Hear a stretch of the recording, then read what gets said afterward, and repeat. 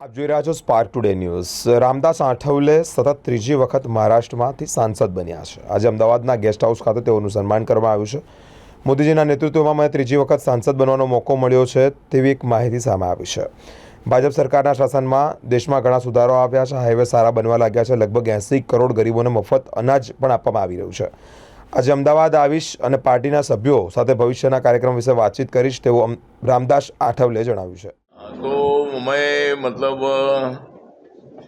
माननीय नरेंद्र मोदी जी के सरकार में तीसरे बार मैं एमओएस बनने के कारण आज अहमदाबाद में गुजरात प्रदेश आरपीआई की ओर से जो हमारे अशोक भट्टी जी हमारे प्रदेश अध्यक्ष हैं,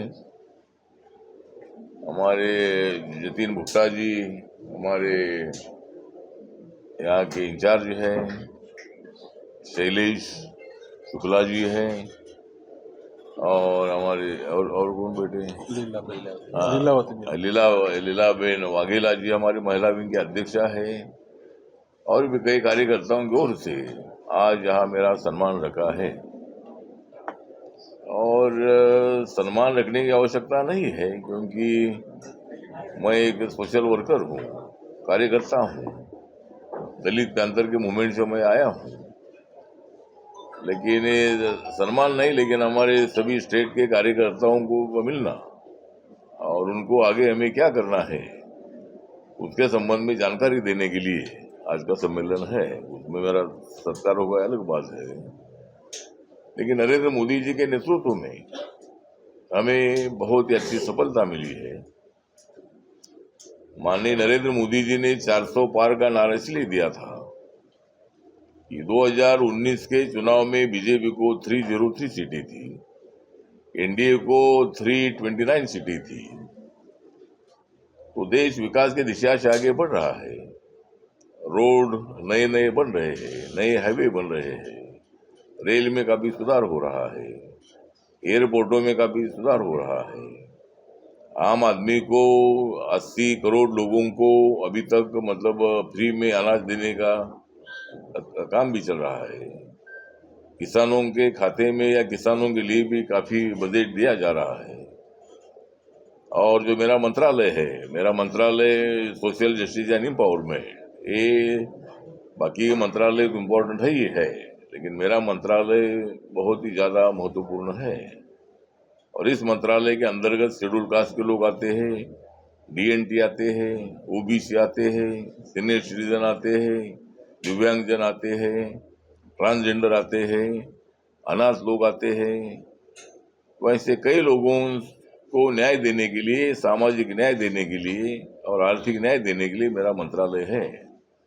और मेरे मंत्रालय का बजट 23-24 का 1,59,000 1,59,000 करोड़ का बजट था।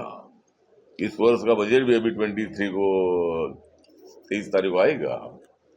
और ये बजट सामाजिक न्याय के साथ साथ हर व्यक्ति को आर्थिक न्याय देने वाला बजट होगा। देश को आर्थिक प्रगति के दिशा से ले जाने वाला बजट होगा और सभी क्षेत्र के लोगों का ख्याल इसमें किया जाएगा। तो माननीय नरेंद्र मोदी जी को हराने के लिए ये सब लोग एक साथ आए और इन लोगों ने प्रचार किया कि 400 पार सीटें करेंगे तो माननीय मोदी जी की सरकार संविधान बदलेगी और संविधान बदलेगी तो तुम्हारा आरक्षण जाएगा। इसी तरह का बहुत ही गलत प्रचार किया गया। जो मोदी जी संविधान को माथा टेककर शपथ लेते हैं, जिस मोदी जी ने 26 नवंबर का दिन संविधान दिन पूरे देश में मनाने का ऐलान किया, जिस मोदी जी ने बाबा साहब अम्बेडकर जी के अनेक स्मारक पूरे करने का काम किया, मुंबई में एक बहुत ही बड़ा स्मारक जो मुंबई में दादर में चैत्य भूमि के बाजू में 3,600 करोड़ की एनटीसी की मिल थी, हिंदू मिल, वो जगह इस मेमोरियल को देकर वहाँ 1200-1300 करोड़ का काम चल रहा है। 1.5 साल के अंदर इसका मतलब काम पूरा होगा और वहाँ 350 स्क्वायर फीट का स्टैचू और फाउंडेशन 100 फीट का, वैसा स्टैचू ऑफ लिबर्टी से भी ज़्यादा ऊंचा स्टैचू बाबा साहब का खड़ा हो रहा है। और बहुत सारे काम जो है, महिलाओं को आरक्षण देने का बिल पास करने का विषय हो, 3 तलाक का विषय हो, मुस्लिम महिलाओं को न्याय देने का बिल हो, उसके साथ साथ 370 आर्टिकल हटाने का विषय हो, या अनेक जो निर्णय है, और 10% आरक्षण इकोनॉमिक विकास शिक्षण को देने का निर्णय हो, ऐसे कई महत्वपूर्ण निर्णय सरकार की तरफ से लिए गए थे। और इसलिए मोदी साहब को लगता था कि अपने को 400 तक सीटें मिल सकती है, लेकिन सब अपोजिशन एक साथ आई। वो मोदी जी को हराना ये सब का काम था। मोदी जी को हराने के लिए ये आगे निकले थे, लेकिन खुद हार गए हैं। और इन्होंने मतलब लोगों के साथ, वोटर के साथ इन लोगों ने किया था ब्लैकमेल।